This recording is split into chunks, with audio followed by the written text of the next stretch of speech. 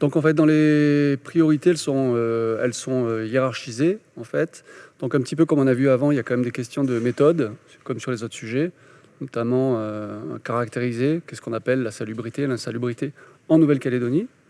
Voilà. Est-ce qu'il y a plusieurs niveaux de salubrité, d'insalubrité en fonction des modèles d'espace urbains, ruraux, etc., squats, etc. Donc d'abord la caractériser, qu'est-ce qu'on appelle la salubrité.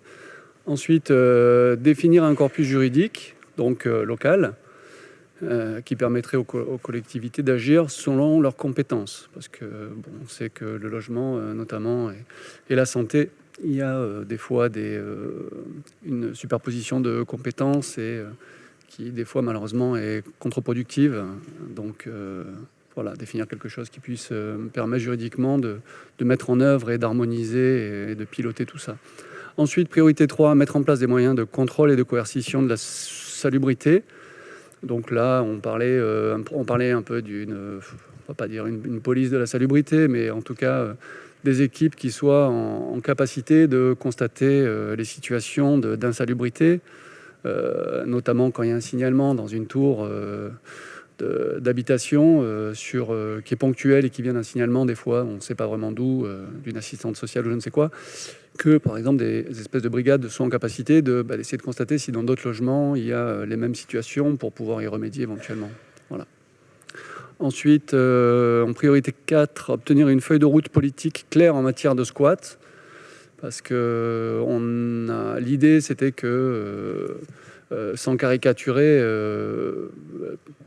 squat, qui dit squat dit quasiment nativement problème de salubrité. Donc voilà, c'est l'idée un petit peu de cette priorité numéro 4. Ensuite, accompagner les primo-accédants usagers dans la gestion de leurs biens, y compris les enfants. Donc là, il s'agit de mettre en place quelque chose pour aider les personnes qui n'ont pas une culture transmise de père en fils de la propriété. Moi, la première question que je pose depuis toujours en location ou pour acheter un bien, c'est quelles sont les charges. Et c'est vrai que ça, c'est une culture qui vient de mes parents, de cette culture de la propriété privée.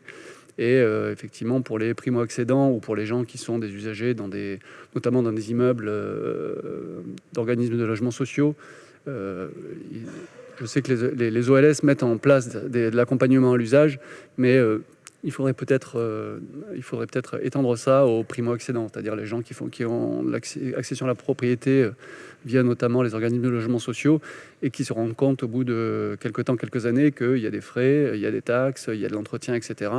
et qui parfois se trouvent dans des difficultés pour maintenir la salubrité et même la décence de leur logement. Je crois qu'il y en a une 6e. Voilà. Informer les acquéreurs locataires de l'état du logement par un diagnostic. Donc, je pense que tout le monde est un peu coutumier de ce que c'est que les diagnostics dans le logement. Hein. Ils sont très nombreux en métropole, inexistants en tout cas réglementairement en Nouvelle-Calédonie. Donc, il n'y a rien qui est transposé. Donc, l'idée, ce serait effectivement de mettre en place que les gens, quand ils achètent, ils sachent, et même les locataires, qui sachent définir le niveau de salubrité, de sécurité, etc., du logement, et même énergétique, pourquoi pas, hein, du logement qu'ils sont sur le point d'habiter ou dans lequel ils sont sur le point d'investir pendant des années dans le cas d'un crédit. Donc ça, c'était pour la prévention. Et il y avait un sous-atelier sur la gestion de la salubrité. Alors, il y a des redondances, hein, parce que le même constat arrive parfois aux mêmes conclusions. Mais il y a quand même des choses qui se recoupent.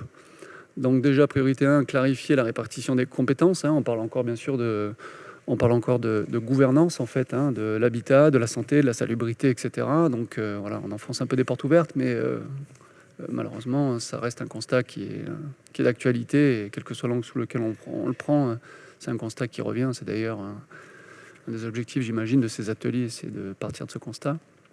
Priorité 2, définir les critères pour qualifier l'insalubrité. Donc ça reprend un petit peu la priorité numéro 1 qu'il y avait sur la prévention tout à l'heure. Qu'est-ce que la salubrité, l'insalubrité? Est-ce qu'il y a un référentiel? Est-ce qu'il y en a plusieurs en fonction du contexte géographique, coutumier, pas coutumier, squat, etc.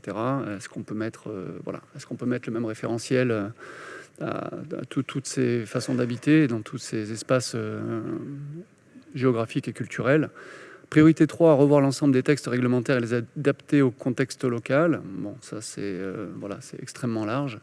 Effectivement, il s'agit effectivement de compiler, de challenger les textes existants, de les adapter. Dans la salubrité, comme dans pas mal de secteurs qui touchent à la construction, en tout cas, il y a beaucoup de textes qui sont complètement obsolètes, inapplicables, malheureusement des fois en contradiction, lacunaires. C'est le cas aussi pour, par exemple, les textes de la sécurité civile, relatifs à la sécurité dans les bâtiments, etc. Donc voilà, ça reprend un petit peu, c'est quelque chose qu'on connaît un petit peu dans beaucoup de directions. Ensuite, priorité 4, créer des outils juridiques et financiers pour traiter les situations de copropriété dégradée et des logements abandonnés. Donc là, il s'agit plutôt de pouvoir agir sur le parc privé, et locatif ou pas locatif, mais le parc privé de logements, pour éventuellement être en capacité, via des organismes qui savent faire ce genre de choses, des acteurs comme les OLS, etc., de pouvoir mettre en place des moyens pour résorber l'habitat insalubre dans des copropriétés, des choses comme ça, où il n'y a pas d'entretien, où il y a des risques, etc., et de pouvoir mettre en place se substituer finalement aux propriétaires ou aux gestionnaires de l'immeuble, soit pour faire les travaux et puis après récupérer les dépenses différemment, soit à l'extrême exproprier, etc. Donc voilà, il s'agit un petit peu de ça. C'est des dispositions qui existent par ailleurs, mais pas en Calédonie. Et ensuite, priorité 5, mettre en place une obligation de diagnostic logement et les porter à la connaissance. Voilà, donc ça reprend ce qu'on disait tout à l'heure, donc les diagnostics habituels, qui peuvent être d'ailleurs, qui ne sont pas forcément tous opportuns. Les diagnostics, les expositions métropole ne sont pas forcément les mêmes qu'en Nouvelle-Calédonie. Priorité 6, mettre en place les moyens au niveau des communes pour qu'elles puissent appliquer des textes réglementaires. On parlait de référents tout à l'heure, on parlait aussi de ruissellement un petit peu des compétences et d'identification des moyens, des compétences, etc. Ça reprend un petit peu ça. Et enfin, contraindre réglementairement la réalisation des travaux pour résorber l'insalubrité. Donc on revient un petit peu sur l'idée 3 ou 4 juste avant, la priorité 3 ou 4 juste avant, sur la mise en place d'outils réglementaires pour forcer la salubrité et la santé. Voilà, merci à tous.